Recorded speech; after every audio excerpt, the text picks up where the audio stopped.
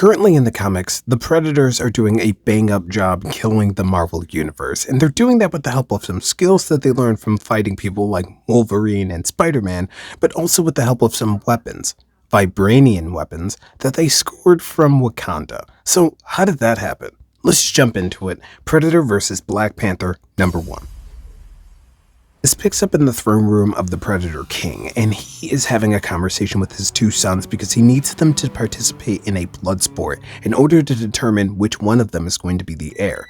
Now, it's kind of an unfair matchup, which is going to be made more unfair because one of his sons has a deformity. He was born with one leg, and he's actually a lot smaller than his brother. And on top of that, this king has this mighty spear that is able to control kinetic energy. I'm sure you know what material it's made out of. The Predators call it God metal, but we would call it Vibranium.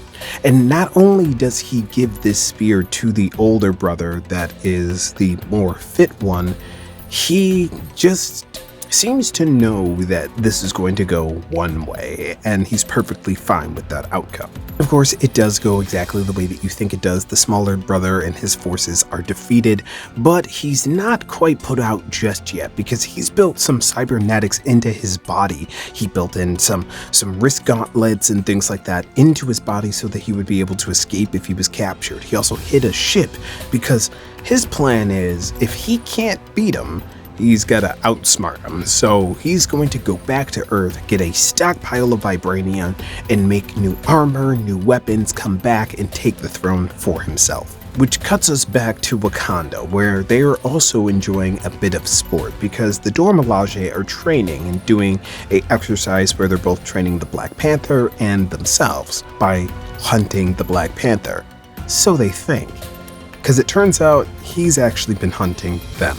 Now, it's not just the heart-shaped herb that gives the Black Panther his powers, that gives him physical strengths and things like that, but it's also his suit. His suit made out of Vibranium also gives him a lot more strength and things. So, it's a little bit of an unfair advantage, which his sister Shuri quickly corrects by hacking his suit and turning most of it off. However, like I said, he still has the heart-shaped herb, so he's able to overcome Okoye pretty quickly here. But the point being made that without his suit, he was more at a disadvantage, and Shuri's trying to prove a point because they're having this age-old discussion again, whether or not the Wakandans should help the rest of the world.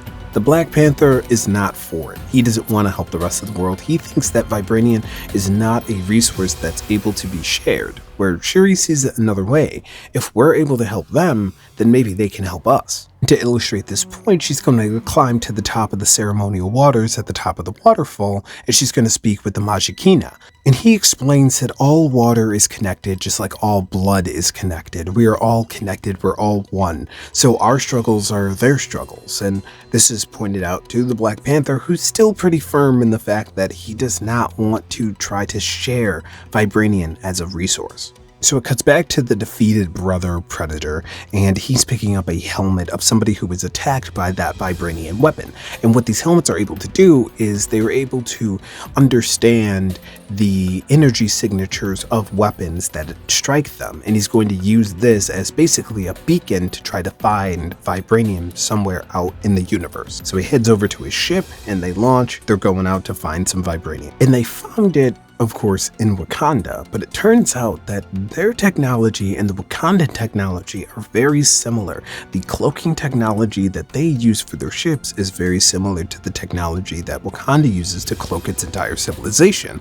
So they're able to break through that shield quite easily. And we cut back to the water priest who's explaining still to T'Challa, like, hey, we need to help these people. And T'Challa starts to come around and he says, listen, we will help people, but we're going to do it in our own way. Okay, we're not going to just give away our resources. That's not how it's going to happen. But we can see that they're being scanned for their heat signatures.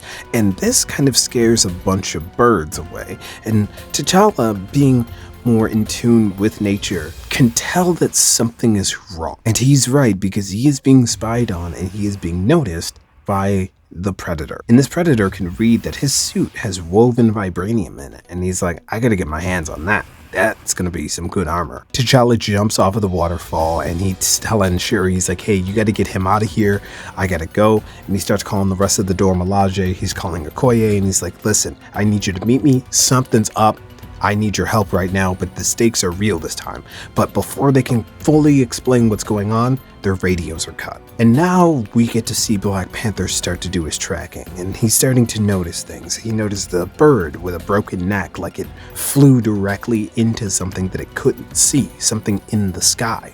And that's when he's starting to put the pieces together that there's a ship there that's camouflaged. But before all of that can make sense to him, bam, he is hit with a plasma cannon from the 3 cloaked predators in the trees above him, which sends him flying. Because he's wearing the vibranium suit, it doesn't kill him or anything like that, but it does send him down into the swamp, pretty much knocked out. So we see Shuri still talking to the Majikina, and she's saying, you know, we are connected. It's bugging me what he's not trying to do, but we're going to connect to the rest of the world. And as she's pulling away in her ship, she's calling to Command, and we see that Command is being overrun by the Predators. So she's able to get out, but she starts to try to talk to them, and like I said, those speakers, they wouldn't work on people outside of a horror movie, and they don't work on her because when the Predator tries to use that pre-recorded voice thing, she knows something's up. That's not the person she was just talking to, so she says she's going to turn around.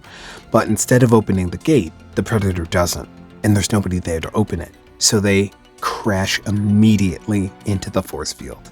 And that cuts directly to the Dora Milaje out looking, trying to figure out what the Black Panther was just calling them about.